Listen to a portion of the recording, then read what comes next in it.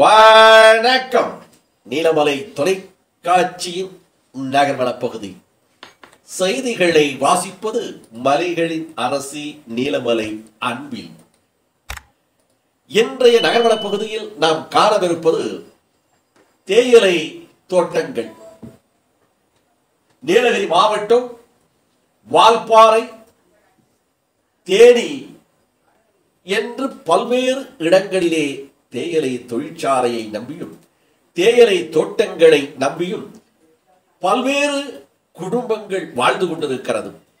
இதிலும் குறு விவசாயி, சிறு விவசாயிகள் என்று பலரும் இந்த தேயிலை தொழிலை நம்பி, தேயிலை தோட்டங்களை நம்பி தங்களுடைய வாழ்க்கை பயணத்தை வாழ்வாதாரங்களாக வாழ்ந்து கொண்டிருக்கிறார்கள்.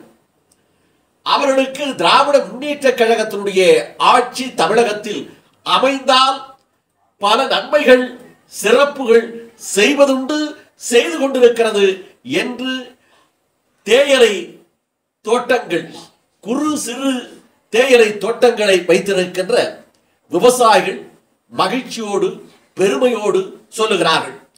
இன்றைக்கு தமிழகத்திலே திராவிட முன்னேற்ற கழகத்தினுடைய சிறப்பான ஆட்சி முத்துவேல், கருணாநிதி, ஸ்டாலின் என்கின்ற மகத்தான தலைவர் தளபதி தலைமையிலே நடைபெற்றுக் கொண்டிருக்கிறது.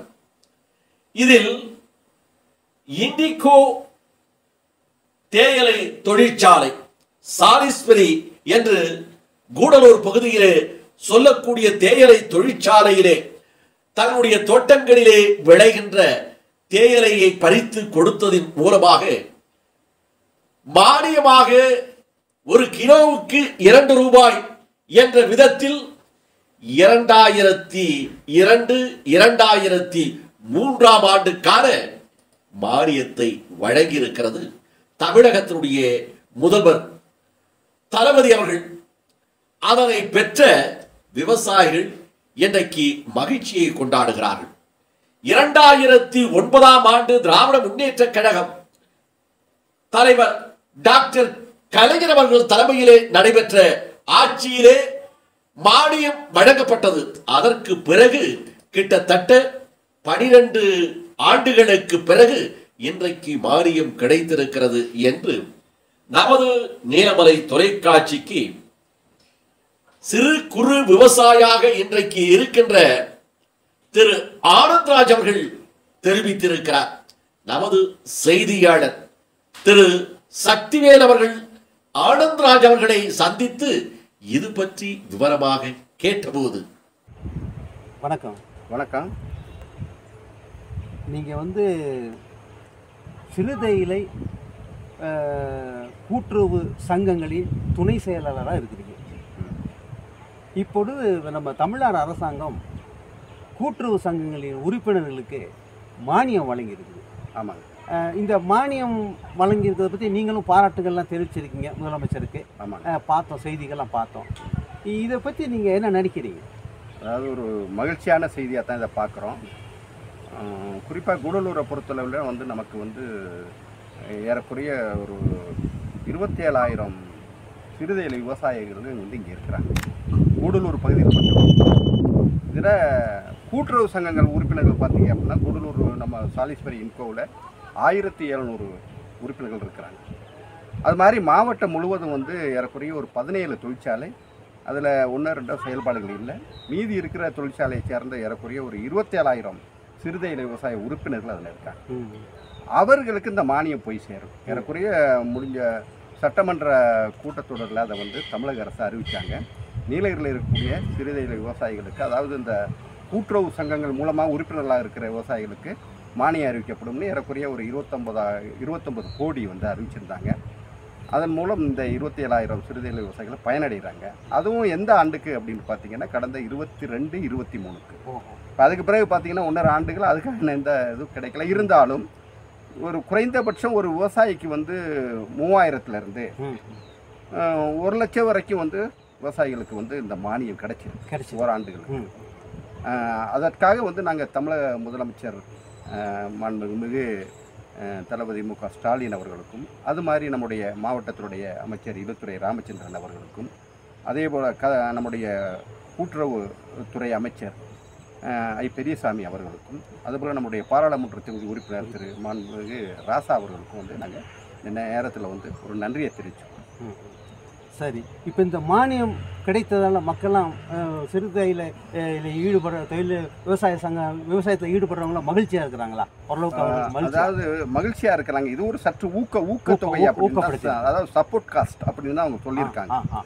ஆக அதன் ஊடாக என்னன்னா நமக்கு நெருக்கடியில் இருக்கிறவர்களுக்கு கொஞ்சம் அப்படி ஆறுதலுக்கான ஒரு விஷயமா தான் நம்ம பார்க்கணும்.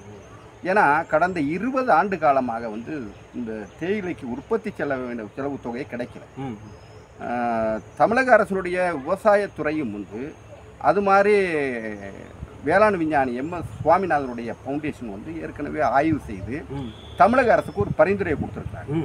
அதன் ஊடாக வந்து என்ன சொல்கிறாங்க அப்படின்னா, உற்பத்தி செலவினத்துக்கே 22 ரூபா 50 பைசா ஆகுது அப்படிங்கிற மாதிரியும், அதற்கு மேலாக விவசாயிகளுக்கு ஒரு 11 ரூபா 25 காசு வந்து அவர்களுக்கு லாபமாக அந்த உற்பத்தியில் ஈடுபடுகிறவர்களுக்கு வழங்கணும் அப்படிங்கிறது ஏறக்குறைய 33.70 வழங்கணுங்கிறது அவருடைய பரிந்துரையிலே இருக்குது. ஆனால் அரசுகள் அதை வந்து சரியாக நடவடிக்கை எடுக்கலை. ஆக இதனால் கடந்த 20 ஆண்டுகளாக இந்த தேயிலை விவசாயிகள், குறிப்பாக சிறுதேயிலை விவசாயிகள் பல்வேறு சிரமங்களை அனுபவிச்சுட்டு வர்றாங்க. இன்னும் சொல்ல போனால் இப்போ அந்த தேயிலை தோட்டங்களை வச்சு வீட்டில் இப்போ எனக்கு ஒரு ஏக்கர் தோட்டம் இருக்குது அப்படின்னா அதை நானே பராமரித்து வேலை செஞ்சு குடும்பம் உழைச்சா மட்டும்தான் அந்த காசு கிடைக்கும். இல்லைன்னா அது கூட கூலி கொடுத்தா கட்டுப்படியாகாது. ஏன்னா குறைந்தபட்சம் தேயிலையை வந்து அறுவடைக்கு வர்றவங்க அந்த விவசாயத்தில் ஈடுபடக்கூடிய தொழிலாளர்களுக்கு வந்து என்ன பார்த்தீங்கன்னா ஒரு நாளைக்கு வந்து 25 கிலோ 30 கிலோ தான் எடுக்கிறாங்க. ஆனால் அவர்களுக்கு வழங்குகிற சம்பளம் வந்து பார்த்தீங்கன்னா 300 ரூபா 350 ரூபா 400 ரூபா 480 420 வரைக்கும் கொடுக்க வேண்டியிருக்கு. அது மாதிரி இப்போ டாண்டி தோட்டத்துலேயும் கூட அந்த மாதிரி இருக்குது. குறைந்தபட்சம் அவர்களுக்கு கூலி தொகையை வந்து கொடுக்குற அளவு கூட இந்த வருமானம் வந்து போதுமானதில்லை. அதனால பெருந்தோட்ட நிறுவனங்கள்லாம் பல்வேறு நெருக்கடியில் சந்திக்கிறாங்க. அது மாதிரி விவசாயிகள், சிறுதேயிலை விவசாயிகளுக்கு இது அதை விட பாதாளமான ஒரு நெருக்கடியான ஒரு சூழல் தான் இதில் இருக்குது. இதுதான் நம்ம வந்து யதார்த்தமான நிலவரம். இப்போ சொன்னீங்க கமிஷன், என்ன கமிஷன்? அதாவது சாமிநாதன். ஆமாம், MS சுவாமிநாதன் அவர் பரிந்துரை. அவர் எவ்வளவு கொடுக்கலாம்னு சொல்லி பரிந்துரைச்சு? அதான் அப்போ ஏற்கனவே சொன்ன மாதிரி அவர் மட்டும் சொல்லலை, தமிழ்நாடு வேளாண் துறை இதை பற்றி ஆய்வு பண்ணி அதிகாரிகள் அதுக்கு வந்து அரசாங்கத்துக்கு ஒரு பரிந்துரை வழங்க. அதில் வந்து தேயிலை உற்பத்திக்கான செலவினா 22.50ங்கிறாங்க. சரி, அது வந்து உற்பத்தி செலவினம். நீங்கள் தேயிலையை வந்து நடுறது, பராமரிக்கிறது, அதுக்கான உரம் இடுபொருட்கள் உரம் போடுறது, அந்த பூச்சி தாக்காம மருந்துகள் தெளிப்பது, இந்த மாதிரி விஷயங்களுக்கு அதை வந்து பயன்படுத்துகிறாங்க. அதே நேரம் அதை அறுவடை பண்ணி எடுக்கிறதுக்கும் அந்த தொகை அதுக்குள்ளே அடங்கும். ஆக 22.50 கொடுத்தால் அது உற்பத்தி செலவினங்க. அந்த விவசாயி கிடைக்கக்கூடிய மானியம் அதில் பாதி 11 ரூபா 25 காசு. இது ரெண்டையும் சேர்த்து 33.75 அப்படிங்கிறது இவங்களுடைய பரிந்துரையை கொடுத்துருக்காங்க. இந்த பரிந்துரை கொடுத்த வருடங்கள் ஆகிப்போச்சு. ஆனால் அது அரசு வழங்கலை. இது சம்பந்தமான உதகையில் வந்து அந்த நீலிக்கோள் கூட்டுறவு சிறுதேயிலை சங்கம்னு ஒன்று இருக்குது. அது மாதிரி சில அமைப்புகள், அதில் வந்து ராமன் தலைவர் இருக்கார், தர்மன், அவங்கெல்லாம் சேர்ந்து நீதிமன்றம் வரைக்கும் கூட போய் போராட்டம் வழக்குகள் தொடுத்து ஒரு நீண்ட காலம் அந்த வழக்கு நடைபெற்றுக்கிட்டு இருக்கு. இன்னும் தீர்ப்பு வரவில்லை. அந்த தீர்ப்பை நோக்கி எதிர்பார்த்துட்டு இருக்காங்க விவசாயி. இப்போ நீங்கள் இந்த சங்கத்தினுடைய துணை செயலாளர், கூட்டமைப்பு துணை செயலாளர். ஆமாங்க, ஆமாம். இப்போ இந்த தேயிலை தொழில் வந்து எப்படி லாபகரமாக போயிட்டுருக்கா? நிர்வாகத்துக்கும் சரி, மக்களுக்கும் இது போதிய அளவுக்கு திருப்திகரமாக இருக்கா? இது எப்படி காலப்போக்கில் இது எப்படி இருக்கும் உங்கள் கருத்து? உண்மையான நிலைமை சொன்னால், தேயிலையை வந்து ஒரு 20 ஆண்டுகளுக்கு முன்னாடி கடையில் ஒரு டீ குடிக்கணும், அது ஒரு தேநீர் ஒரு கிளாஸ் குடிக்கணும் அப்படின்னு சொன்னோம்னா 2 ரூபாய்க்கு குடிச்சிருக்கும். அன்னைக்கு தேயிலுடைய விலை 2 ரூபா இருந்துச்சு. இன்னைக்கு ஒரு தேயிலை, ஒரு கப் தேநீர் குடிக்கணும், ஒரு டீ குடிக்கணும் அப்படின்னா இன்னைக்கு விலை சாதாரணமாக நம்ம ஊர்லேயே, கூடலூர்லேயே 10 ரூபா விற்கிது. இது நகரங்களுக்கு உதகை மாதிரி ஒரு சுற்றுலா தலங்களுக்கு போகலாம், அது 15-20ன்னு அந்த சுவைக்கு தகுந்த மாதிரி விலையை வைக்கிறாங்க, மாறுது. ஆனால் தேயிலை விலை அன்னைக்கு 2 ரூபா இருந்தது, இன்னைக்கு வந்து 10 ரூபா 12 ரூபா, அந்த 14க்கு மேலே ஏற மாட்டேங்குது. இதுதான் யதார்த்தமான. ஆக இதை வச்சுட்டு நீங்க வந்து திருப்தியான வாழ்க்கைனா என்ன காரணம் இல்ல? அதுக்கு தேநீருடைய விலை நீங்க சொன்ன மாதிரி நாளுக்கு நாள் ஏறுது. நாம 5 ரூபாயில குடிச்சு 2 ரூபாயில குடிச்சிருக்கோம், 5 ரூபாயில குடிச்சிருக்கோம், 10 15 போயிட்டு இருக்குது. அப்ப தேயிலை தூளுக்கு மட்டும் விலை இல்லை, அதுக்கு என்ன காரணம்?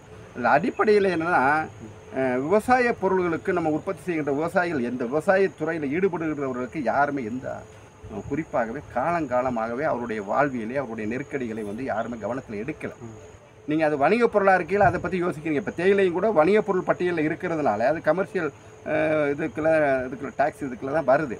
அப்படி வருகிற போது இது ஒரு வணிகப் பொருளாக பார்க்குறாங்க. இது விவசாயிகளுடைய அடிநாதமாக இருக்கு அப்படிங்கிறது ஒரு உணவு சம்பந்தப்பட்ட விஷயம் அது. ஆக இது உணவுத்துறை கீழே வரணும். அக்ரி இதுக்கு டிபார்ட்மெண்ட்டுக்குள்ள விவசாயத்துறையின் கீழ் வரக்கூடிய இந்த உற்பத்தி பொருளை நீங்கள் வந்து வணிகத்துறையில் வச்சுருக்கிறீங்க. ஆக இதை பற்றி சிந்திக்கிறது ரொம்ப குறைவு. இப்போ விவசாயிகளுக்கு வந்தால் சொல்கிறேன்னே, உழைக்கிறது முக்கால் பங்கு, கிடைக்கிறது கால் பங்குங்கிற மாதிரி தான் நமக்கு விவசாயிகளை பொறுத்தவரை வைத்த கட்டி ஒரு பழமொழி சொல்லுவாங்க, உழுதவன் கணக்கு பார்த்தா உழக்கு கூட மிஞ்சாது. அப்ப அந்த நிலை தான். ஆமா. இப்ப இன்னொரு விஷயம், இப்ப வந்து இந்த தேயிலை ஏல மையத்துக்கு போகுதுல்ல பொடி. இப்ப இந்த ஏல மையத்துல வந்து சரியான விலை கிடைப்பதில்ல, இதனாலதான் இந்த நட்டம் ஏற்படுது அப்படின்னு சொல்றாங்களே, அதை பத்தி நீங்க? அது உண்மைதான். எவ்வளவு தரமான தேயிலையை நம்ம உற்பத்தி பண்ணி கொடுத்தா கூட அங்கே ஒரு பெரிய கார்பரேட் நிறுவனங்கள், ஒரு 4-5 நிறுவனங்கள் இருக்கிறாங்க. அவர்கள் வந்து என்ன பண்றாங்க, ஒரு கூட்டமைப்பை அவங்களுக்குள்ள ஒரு அண்டர்ஸ்டாண்டிங், ஒரு கூட்டமைப்பு புரிதலோட வச்சுக்கிறாங்க. இதற்கு மேல வந்து ஒரு கிலோவுக்கு வந்து நீ ஏலம் கேட்கக்கூடாது, ஒரு 70 ரூபா 80 ரூபா அதுக்குள்ள கேளு, அதுக்கு மேல கேட்டா நமக்கு கிடைக்கப்படி அதிக லாபம் கிடைக்காது, அதனால இந்த மட்டத்திலே வை அப்படி. இதனாலதான் என்ன ஆகுது அப்படின்னா, குறைந்தபட்சம் அந்த தேயிலை உற்பத்தி செய்யக்கூடிய ஒரு கிலோ தூளுக்கு வந்து குறைந்தபட்சம் ஒரு கிலோவை 150க்கு மேல கேட்கணும் அப்படின்னு அரசாங்கம் ஒரு குறைந்தபட்ச ஏல விலையை நிர்ணயம் பண்ணணும். அதுக்கு மேலதான் ஏல நிறுவனங்கள் வந்து கேட்கறவன் இதுக்கு மேல கேட்டா தான் நமக்கு உற்பத்தியாளர்களுக்கு அதுக்கான லாபத்துல நம்ம கிடைக்கிற அந்த ஆதார விலையாவது கிடைக்கும். இப்போ அரசாங்கம் சொல்லுகின்ற அந்த 33.70 கிடைக்கணும்னா இது ஒரு நிரந்தரமா ஒரு பிக்ஸெக்டுக்கு வரணும், ஒரு நிர்ணயம் வரணும். அதை கேட்டுதான் நம்ம தொடர்ந்து போராட்டம். நேற்று இன்னைக்கான போராட்டம் இல்லது. கூடலூரை பொறுத்துள்ள கூட்டமைப்பு சார்பில் நீலகிரி மாவட்டம் முழுவதும் மாதக்கணக்கில் எல்லாம் போராடினார்கள். உதய பகுதியில் இருக்கிற விவசாயிகள், கோத்தகிரி குன்னூர் விவசாயிகள் மிகப்பெரிய 1 மாதம் போராட்டம், உண்ணாவிரதம், தொடர் உண்ணாவிரதம், ஆர்ப்பாட்டம், கண்டன ஊர்வலம், இது மாதிரி நடத்தி விவசாயிகள் ஓஞ்சி போயிட்டோம். இப்ப இறுதியா என்ன நிலைமைக்கு போயிட்டு இருக்காங்க, இது வந்து அது சொல்றோம், எஜ்ஜில் நிக்கிறோம், ஒரு எல்லை விளிம்பு நிலையில நம்ம வந்து நிக்கிறோம், விளிம்பு நிலையில. இப்ப என்ன ஆகுதுன்னா, இந்த ஆண்டு நான் பார்க்கிறது என்னன்னா, இது நான் வந்து தேயிலை வாரியத்தில் கூட்டங்கள்லையோ பயிற்சிகள்ல அந்த மாதிரியான அது சம்பந்தமான கலந்தாய்வு கூட்டங்களை கூட நம்ம தொடர்ந்து கலந்துகிட்டு இருக்கிற போது நம்ம இதை சொன்னோம், தேயிலை விவசாயிகளுக்கு சரியான விலை நிர்ணயம் வழங்கப்படலை அப்படின்னா இந்த விவசாயிகள் இந்த விவசாயத்திலிருந்து மாற்று விவசாயத்துக்கு போவாங்க அப்படின்னு. இந்த ஆண்டு வருமானம் கூலி இல்ல. ஆக இந்த ஆண்டு காப்பிக்கு விலை கூடி இருக்குது. அதனால விவசாயிகள் என்ன பண்றாங்க, காப்பி விவசாய தேயிலை எல்லாம் நிறைய இடத்துல தேயிலையை பறிச்சுட்டு காப்பி போட போறாங்க. அந்த நிலைக்கு தள்ளப்பட்டிருக்காங்க. அங்க எதிர்காலம் நிச்சயமாகவே தேயிலை விவசாயம் நலிவடையும். நிச்சயமா அழிவை நோக்கித்தான் போகும். அதை யாரும் தடுக்க முடியாது. அரசு கவனம் செலுத்தலைன்னா தேயிலை உற்பத்திங்க குறைஞ்சிடும். இதை மீட்டு எடுக்கணும்னா அதில் ஈடுபடுற தொழிலாளர்களுக்கு நியாயமான கூலி கிடைக்கணும், தேயிலை தூளுக்கு நல்ல விலை கிடைக்கணும். அப்படின்னா இது நிற்கும், இந்த தொழில் நிற்கும். நிச்சயமாக இதில் எல்லாருக்கும் பங்கு உண்டுங்க. தேயிலை உற்பத்தி செய்யக்கூடிய பெருந்தோட்ட நிறுவனங்களாக இருக்கட்டும், சரி 1 ஏக்கர் 2 ஏக்கர் வச்சிருக்கிற தோட்ட தொழிலாளர்கள், சிறு தேயிலை விவசாயிகளாக இருக்கட்டும், அதை சார்ந்து இருக்கின்ற தொழிலாளர்கள் சாதாரண கஷ்டம் இல்லை. காலையில் 6 மணி 7 மணிக்கு வந்து தேயிலை தோட்டத்துக்கு போனால் அங்கே படுற இன்னல்கள் சாதாரணம் இல்லை. விசக்கடி, பூச்சிகள் கிடைக்குது, அட்டை கிடைக்குது, என்ன ரத்த வேர்வை சிந்தி பாம்பு கிடைக்குது, தேல் கிடைக்குது, இது எல்லாம் அந்த வேதனையெல்லாம் அனுபவிச்சுக்கிட்டு தான் அந்த தொழிலாளி இதில் ஈடுபட்டு அவனுக்கும் ஒரு போதியமான, அதாவது வாழ்க்கை செலவனுக்கு தேவையான அளவிற்கான ஒரு சம்பள வருமானம் இன்னைக்கு கிடைக்கணும்ல. ஆக அதை உற்பத்தியாளர்கள் வந்து கொடுக்கணும். அப்படின்னா உற்பத்தியாளர்களுக்கு அந்த தொகை அரசு வந்து அது கிடைக்கிறதுக்கான வழிமுறையை செய்ய வேண்டிய பொறுப்பு இந்த அரசுகளுக்கு உண்டு. அது மாநில அரசு மட்டும் இல்லை, தேயிலையை பொறுத்தவரை மத்திய அரசாங்கம் நிர்ணயிக்கிற இடத்துல மத்திய அரசு இருக்கு. ஆக மாநில அரசும் ஒன்றிய அரசும் சேர்ந்து இதை பற்றிய முடிவெடுக்க வேண்டியது ஒரு தார்மீக பொறுப்பு அவர்களுக்கு இருக்கு. அதை நோக்கி நம்ம வந்து அரசியல் தலைவர்கள் அதை பற்றி கேட்கணும், விவசாய சங்கங்கள் அதை பற்றி கேட்கணும், விவசாய தொழிலாளர்கள் அதை பற்றி கேட்க வேண்டியிருக்கு. இது ஒரு அதே மாதிரி பெருந்தோட்ட நிறுவனங்கள், ஃபேக்ட்ரி உரிமையாளர்கள், இவர்களாம் ஒரு கூட்டாக இது ஒரு செயின் மாதிரியான ஒரு செயல்பாட்டில் இருக்குங்க. அது ஒரு சங்கிலி தொடர். இது ஒன்று எங்கேயாவது ஒரு இழப்பை வந்து சந்திச்சு அப்படிச்சுன்னா தொடர்ந்து இந்த நிலை அந்த தொழில் முழுவதுமே பாதிக்கும். எல்லாரும் முயற்சி எடுத்து இதை லாபகரமாக நடத்துவதற்கு முயற்சி எடுக்கணும். ஆமாம், நிச்சயமாக. அதுதான் அதனுடைய எதிர்பார்ப்பு. இது வந்து ஆமாம். இன்னொன்று நாங்கள் இப்போ என்ன கேட்குறோம் அப்படின்னா, இப்போ ஒரு ஆண்டுக்கு கொடுத்துருக்கேன் 22-23க்கு, இது வந்து எங்களுக்கு போதுமானதில்லை எங்களுக்கு அப்படின்னு சொன்னால் இதை சார்ந்திருக்கிற 2022-23 கொடுத்துருக்கு. அதாவது 22 ஏப்ரல்ல இருந்து 23 மார்ச் வரைக்கும். அதுக்கு பிறகு பார்த்தீங்கன்னா 23 மார்ச் 24 மார்ச் முடிஞ்சிருச்சு. இப்போ கொடுக்கணும். இந்த அதுக்கு பிறகு 15 மாதம் அதுக்கு பிறகு வந்து 15 மாதத்துல நாம் மிகப்பெரிய நெருக்கடியை தான் சந்திச்சுக்கிட்டு இருக்கிறோம். அப்போ இப்போ ஒரு விஷயம் பாருங்கள், நீங்கள் கேட்குறதுனால சொல்கிறேன். தேயிலை வாரியம் வந்து ஒரு ஒரு விலையை வந்து நிர்ணயம் பண்ணுது. இப்போ கடந்த மாதம் வந்து தேயிலைக்கு வந்து மே மாதத்தில் 16 ரூபா 22 காசு கொடுக்கணும் அப்படின்னு சொல்லி தொழிற்சாலைகளுக்கு அவர் அந்த தொழிற்சாலைகளுக்கு தான் அந்த உத்தரவு. ஆனால் எந்த தொழிற்சாலையும் அதை வழங்கின மாதிரி தெரியலை. ஆனால் அதுக்கு அடுத்து இப்போ இந்த மாதம் அறிவிச்சிருக்கிறாங்க. ஒரு குறிப்பாக 18 ரூபா அறிவிச்சிருக்காங்க. ஓரளவுக்கு கிலோவுக்கு பசுந்தையில் ஒரு கிலோவுக்கு 18 ரூபா அறிவிச்சிருக்காங்க. இதை தொழிற்சாலை வாரியம் ஆமாம், டீ போர்டு இந்திய தேயிலை வாரியம் அறிவிச்சிருக்கு. மத்திய அரசு கட்டுப்பாட்டில் இருக்கு. அந்த தொகையை வந்து இவர்கள் வழங்கணும். ஆனால் அதை வந்து நிர்வாகம் அதாவது தொழிற்சாலைகள் கூட்டுறவு தொழிற்சாலையை பாருங்க. கூடலூர் சாலிஸ்பரி இப்போ வந்து 14 ரூபா 50 பைசா. அப்போ 3 ரூபா 50 பைசா நம்ம குறைவாக கிடைக்கும். அப்போ அது உற்பத்தி செலவினங்களுக்கே நமக்கு போதுமானது இல்லை அப்படிங்கிறதான் விவசாயிகளுடைய ஆதங்கமாக இருக்கு. அது மாதிரி மற்ற வேறு சில தொழிற்சாலைகள் கூட இப்போ பார்த்தீங்கன்னா 16 ரூபா அறிவிச்சிருக்காங்க ஒரு தொழிற்சாலை. 18னா அது ஓரளவுக்கு கொஞ்சம் பரவாயில்ல அப்படின்னு தோணுது. இதுக்காக அவங்க நம்மளுடைய கோரிக்கை என்னன்னா, தேயிலை வாரியம் அறிவிக்கிற தொகையை எல்லா தொழிற்சாலைகளும் நடைமுறைப்படுத்தும். அப்பதான் வந்து விவசாயிகளை சார்ந்து இருக்கிற விவசாயிகள் ஓரளவுக்கு இதுல ஈடுபட முடியும். இல்லைன்னா கொஞ்சம் மனநிலையோட வேலை செய்ய முடியும். இல்லைன்னா அது நிச்சயமா செய்ய முடியாதுங்க. ஏன்னா இப்ப அதுல வந்து இந்த இடுபொருட்கள் நம்ம சொல்றோம், உரத்தோட விலையை பாருங்க. 300 ரூபா 400 ரூபா வித்த பொட்டாசு இப்போ 1700 ரூபா, காம்ப்ளெக்ஸ் 2200 ரூபாங்க. இது மாதிரி சாதாரணமா 100 ரூபா 150 ரூபா வித்த யூரியாவுடைய விலை வந்து இப்போ 400 ரூபாய், 400 450 ரூபா. ஆக சாதாரண விவசாயிகள் வந்து இடுபொருள் அந்த சொல்ற ஊட்டச்சத்து தரக்கூடிய உரங்கள், அது மாதிரி பூச்சிக்கொல்லி மருந்துகள்லாம் வந்து 400 ரூபா வித்துக்கிட்டு இருந்ததெல்லாம் பார்த்தீங்க அப்படின்னா இன்னைக்கு இரட்டிப்பு மடங்கு, டபுள் ஆகி 800 ரூபா. அப்படி இருந்தால் தான் வாங்க முடியும். களைக்கொல்லி மருந்துகள்லாம் விலை கூடி போச்சு. பூச்சிக்கொல்லி பெரும்பாலும் பூச்சி மருந்துகள் தெளிப்பது குறைஞ்சிருச்சு. இருந்தாலும் இந்த மாதிரி சீசன் மழை அதிகமாகி பனிமூட்டை அதிகமாகி அப்படியே குளிர்ச்சியான சூழல் ஏற்படையில் பூச்சி தாக்குதல் தேயிலை செடிக்கு வருது. அப்படி வருகிற போது அதை வந்து கட்டுப்படுத்துறதுக்கான மருந்துகள் தெளிச்சே ஆகணும். ஆண்டுக்கு 1 முறை 2 முறையாவது தெளிச்சாகணும். அப்படி தெளிக்கிற போது அதற்காக செலவுகள் வந்து ஒரு ஏக்கருக்கு வந்து ஏறக்குறைய அதுக்கு 1000 2000 செலவு பண்ண வேண்டியது. அது மாதிரி இடுபொருட்கள் ஒரு ஏக்கருக்கு வந்துச்சுன்னா 5000 6000 செலவு பண்ண வேண்டியது. லாபம் வந்தால் தானே செலவு பண்ண முடியும். கண்டிப்பாக. ஆக இதிலிருந்து நம்ம மீண்டு வரணும் அப்படின்னா தேயிலைக்கு ஒரு குறைந்தபட்ச ஆதார விலையை அரசு நிர்ணயம் பண்ணது தான் எங்களுடைய நீண்ட நிறைய கோரிக்கையாக இருக்குது. அது ஒட்டுமொத்த விவசாயிகளுடைய கோரிக்கையாக தான். நன்றி. அரசாங்கம் நீங்கள் எதிர்பார்த்தபடி செய்யும் நினைக்கிறோம். ஏன்னா செய்திருக்காங்க, மானியம் கொடுத்துருக்காங்க, பரவாயில்ல. இப்போ சமீபத்தில் இப்போ உங்களுக்கு கொடுத்துருக்காங்க. ஏற்கனவே ஒரு முறை கொடுத்துருக்காங்க நினைக்கிறேன். 2006லேருந்து 2010 இருந்த சமயத்தில் கொடுத்துருக்காங்க. அதற்கு முன்னதாக கூட 2004 வந்து ஒரு அந்த சமயத்தில் இருந்த அரசு வந்து வழங்கியிருக்கிறாங்க. ஆமாம். ஆக இது வந்து இந்த மானியம்ங்கிறது ஒரு நிரந்தரமான தீர்வு ஆகாது. நமக்கு வந்து குறைந்தபட்ச ஆதார விலை நிர்ணயம் வந்துருச்சுன்னா மானியங்கிறது அவசியம் இல்லை. நாம் இப்போவும் என்ன சொல்கிறோன்னா, இந்த ஓரளவுக்கு அந்த விலை நிர்ணயம் வர்ற வரைக்கும் இந்த மாதிரி மானியங்கள், அது மாதிரி இடுபொருட்கள் மானியம், உரங்களுக்கான மானியம் வந்து அரசாங்கம் கொடுத்துச்சுன்னா அதை பற்றி சிந்திச்சா ரொம்ப நல்லா இருக்கும். அதுதான் எங்களுடைய கோரிக்கையாக இருக்கும். சரி, இப்போ வந்து கிட்டத்தட்ட இந்த தேயிலை உற்பத்தி இந்த பானம் அப்படிங்கிறத ஆங்கிலேயர்களால் அறிமுகப்படுத்தி உருவாக்கப்பட்டது. ஆமாம். கிட்டத்தட்ட ஒரு 200 ஆண்டுகள் இருக்குங்களா?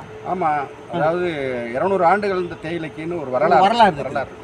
ஆக இதற்கு தமிழர்கள் மட்டுமல்ல, இந்தியாவில் கூட இப்போ பல்வேறு பகுதிகளிலிருந்து பல்வேறு நாடுகளுக்கும் பல்வேறு மாநிலங்களிலையும் இந்த தொழில் உற்பத்தி செய்துட்டு இருக்கிறாங்க. இப்போ இங்கே அஸ்ஸாமில் இருக்குது, அது மாதிரி தமிழ்நாட்டில் இருக்குது, அது மாதிரி அந்த மாதிரி பல்வேறு மாநிலங்களில், அதாவது கிழக்கு தொடர்ச்சி, அதாவது நேபாள ஒட்டிய பகுதிகளெல்லாம் வந்து இந்த சீதோஷ்ண நிலை இருக்கிற பகுதிகளெல்லாம் விளையுது இருக்குது. தமிழகத்தில் இப்போ இங்கே தமிழ்நாட்டில் வந்து இப்போ இன்றைக்கி நீலகிரியில் இருக்கிற மாதிரி வால்பாறையில் இருக்குது. அது மாதிரி கேரளாவில் வந்து பார்த்தீங்கன்னா மானந்தவாடியில், அது மாதிரி அந்தந்த மாஞ்சோலை. ஆக இந்த மாதிரி தமிழகத்திலே பல்வேறு மாவட்டங்களில் தேயிலை அந்த சீதோஷ்ண நிலை இருக்கிற பகுதியில் இது விளையுது. ஆக இதுக்கு 200 ஆண்டுகள் வரலாறு இருக்குது. இதுக்கு அறிமுகப்படுத்தியவர்கள் ஆங்கிலேயர். இன்னும் இதில் போனால் அது சீனத்துலேருந்து அது ஏற்படுத்தி வந்தது. இந்தியாவுக்கு இதெல்லாம் கொண்டு வந்து ஆங்கிலேயர் சைனா டீன்னு சொல்லுவாங்க. ஆமாம், அந்த சின்ன அதுதான் இப்போ வந்து பரிணாமம் பெற்று இப்போ இந்த அளவுக்கு வந்துருக்கு. உலக அளவில் பார்த்தீங்கன்னா கென்யாவில் இருந்து இதெல்லாம் இது தேயிலை வந்து பெரிய ரஷ்யா பெரிய அளவில் அதனுடைய உற்பத்தியில் இது பண்ணுறாங்க. அது மாதிரி சீனாவும் பெரிய அளவில் அதுக்கான உற்பத்தியில் ஈடுபடுறாங்க. இறக்குமதிகளில் அது மாதிரி பாகிஸ்தானுக்கெல்லாம் இங்கேருந்து நம்ம ஏற்றுமதி இறக்குமதி இது மாதிரிலாம் நடந்துட்டு இருக்கு. உலக அளவில் இது ஒரு பெரிய வர்த்தக பொருளாக இருக்குது. ஆமாம். நம்ம நீங்கள் என்ன நினைச்சா நீலகிரியில் உற்பத்தி ஆகிற ஒரு பசுந்தேயிலை ஒரு கிலோ, அதாவது தேயிலை தூள் ஒரு கிலோ 2500 ரூபாய்க்கெல்லாம் போகுது. ஓஹோ. ஜப்பான் போன்ற நாடுகளுக்கு ஏற்றுமதி செய்கிறாங்க. அது தரமான தேயிலை வந்து உற்பத்தி. சரி சரி. அதே மாதிரி இப்போ பார்த்தீங்கன்னா ஒரு 2 தலைமுறை 3 தலைமுறை இதில் தங்களுடைய வாழ்க்கையை ஓட்டியிருப்பாங்களா? ஆமாம் ஆமாம் ஆமாம். சரி, இனி அடுத்து வரக்கூடிய தலைமுறை, இளைய தலைமுறைகள் இந்த தொழிலில் ஈடுபட்டு இதில் தான் நம்ம வாழ்க்கையை ஓட்டணும் நடத்தணும்னு விரும்புகிறாங்களா? விருப்பம் இருந்தாலும் அந்த உழைப்புக்கு ஏற்ற ஊதியத்துக்கு வந்து இல்லையே அப்படிங்கிற போது இப்போ ஒரு படித்த பட்டதாரி இருக்காரு. இப்போ சமோலி பகுதியில் பார்த்தீங்கன்னா விவசாயம் செய்வது, வயலில் இறங்கி வேலை செய்கிறது அப்படிங்கிறது ஒரு காலத்தில் ஒரு பெரிய உதாசீனப்படுத்துகிற நிலைமை தான் இருந்தது. இன்னைக்கு அப்படி இல்லை. படித்த இளைஞர்கள், மிகப்பெரிய பட்டதாரி, பொறியியல் படித்தவர்கள், அது மாதிரி சட்டம் படித்தவர்கள், இது மாதிரி பல்துறையில் வந்து பயிற்சி பெற்றவர்கள்லாம் வந்து விவசாயம் என்னுடைய மூதாதையருடைய தொழில், நம்முடைய வாழ்க்கையினுடைய அதாவது அடிப்படையாக இருக்கிறது. அப்போ வள்ளுவன் அதைத்தானே சொல்லியிருக்கிறான், தலை அப்படின்னு சொல்லியிருக்காரு. ஆக அந்த அடிப்படையில் பார்த்தீங்கன்னா இன்னைக்கு படித்த இளைய தலைமுறை அதில் ஈடுபடுறாங்க. என்ன காரணம்னா இன்னைக்கு புதிய தொழில்நுட்பம் வந்துருச்சு. நம்ம அதுக்கு தகுந்த மாதிரியான பொருட்கள் மூலமாக ஈடுபொருட்கள், அதுக்கான தேவையான வழிமுறைகள்லாம் இப்போ நிறைய வந்துருச்சு. கருவிகள்லாம் நிறைய அதை வைத்து அவர்கள் அதில் ஈடுபடுறாங்க. அதனால லாபம் ஈட்டுறாங்க. இன்னைக்கு நமக்கு அதுக்கான இங்கேயும் தேயிலையிலேயே அது மாதிரி நிறைய கருவிகள்லாம் வந்திருக்கு. கவாத்து ஓட்டுறதுக்கு, களை பறிக்கிறதுக்கு இயந்திரம் வந்துருச்சு, மருந்து தெளிக்கிறதுக்கு இயந்திரம் வந்துருச்சு. இதை கூட கையில கிள்ளுவதில்லை.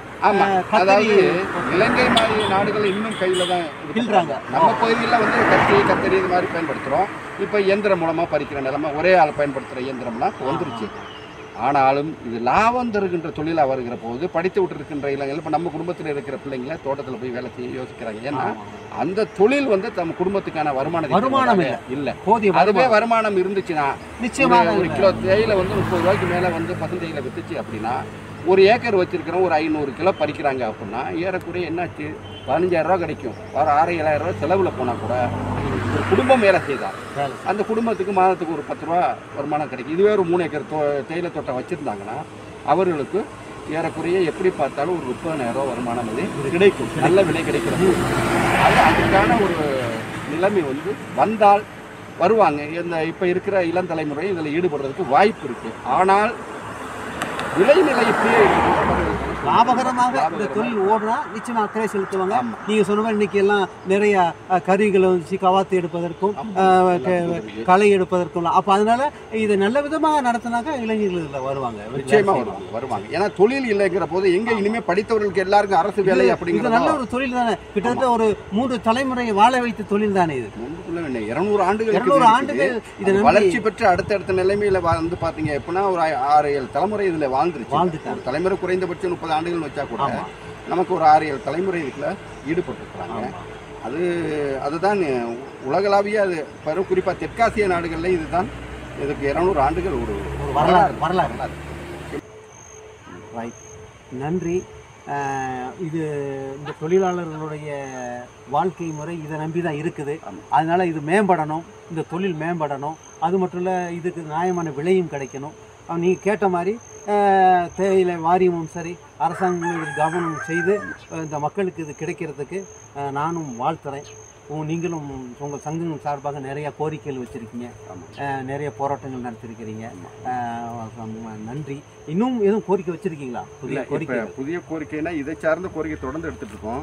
இப்போ முடிஞ்ச ஒரு 2-3 நாளைக்கு முன்னாடி சாலிஸ்பரி அந்த உறுப்பினர்கள் அந்த நலச்சங்கம் உறுப்பினர்கள் சங்கம் இருக்குது. அந்த சங்கம் வாயிலாக நாங்கள் கூட்டம் கூட்டி அதுக்காக இதை பற்றி விவாதிக்கிற போது அரசுக்கு நாங்கள் நன்றி தெரிவிக்கிற தீர்மானம் இருந்தது. அந்த கூட்டமானது தலைவர் கணபதி தலைமையில், அது மாதிரி செயலாளர் ராஜேந்திரன், அது மாதிரி துணைத் தலைவர் கேசி அசைனார், அது மாதிரி உறுப்பினர்கள்லாம் வந்து கலந்துக்கிட்டு இதுக்கான ஒரு கூட்டத்தை நடத்தி அதை சில தீர்மானங்கள் போட்டோம். அதில் முதல் தீர்மானமாக நன்றி அறிவிப்பு, தமிழக அரசுக்கு நன்றி அறிவிப்பு தீர்மானம் போட்டிருக்கோம். அதே மாதிரி அடுத்த தீர்மானம் இந்த குறைந்தபட்ச ஆதார விலைக்கான ஒரு தீர்மானத்தை போட்டிருக்கிறோம்.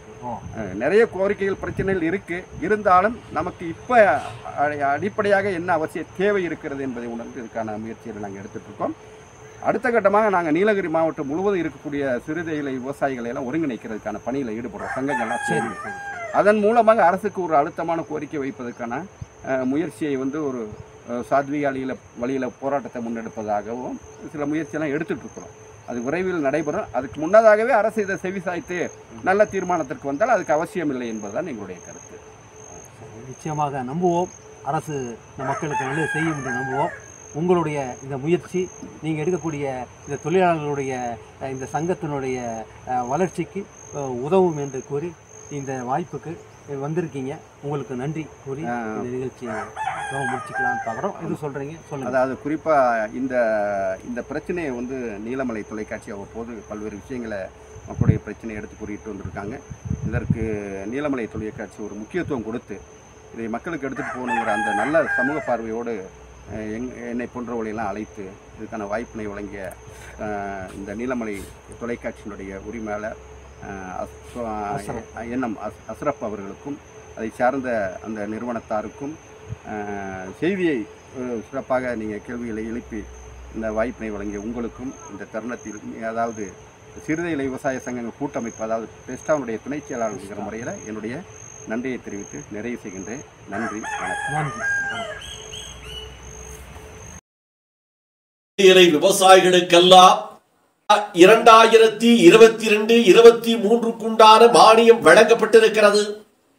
இது வருடத்திற்கு ஒரு முறையாக வழங்கப்படக்கூடிய இந்த மானியம் பல ஆண்டு காலம் வழங்காமல் மீண்டும் வழங்குவது என்ற இந்த சட்டம் திட்டத்தை மாற்றி ஒவ்வொரு ஆண்டும் இதுபோன்ற வழங்கக்கூடிய நிலையை மத்திய அரசும் மாநில அரசும் தேயிலை வாரியமும் கொண்டு வர வேண்டும் என்பதே இந்த சிறு குறு விவசாயிகளுடைய கோரிக்கையாக இருக்கிறது என்று நமது நீலமலை தொலைக்காட்சிக்கு தமிழக அரசும் தமிழக அரசுடைய முதல்வராக இருக்கின்ற தளபதி அவர்களுக்கும் நன்றியை தெரிவித்து இந்த செய்தியை நமது நகர்வள பகுதிக்கு வழங்கியிருக்கிறார்கள். செய்திகளை நீங்கள் யூடியூப் மூலமாகவும் நித்தமும் பார்த்து மகிழலாம்.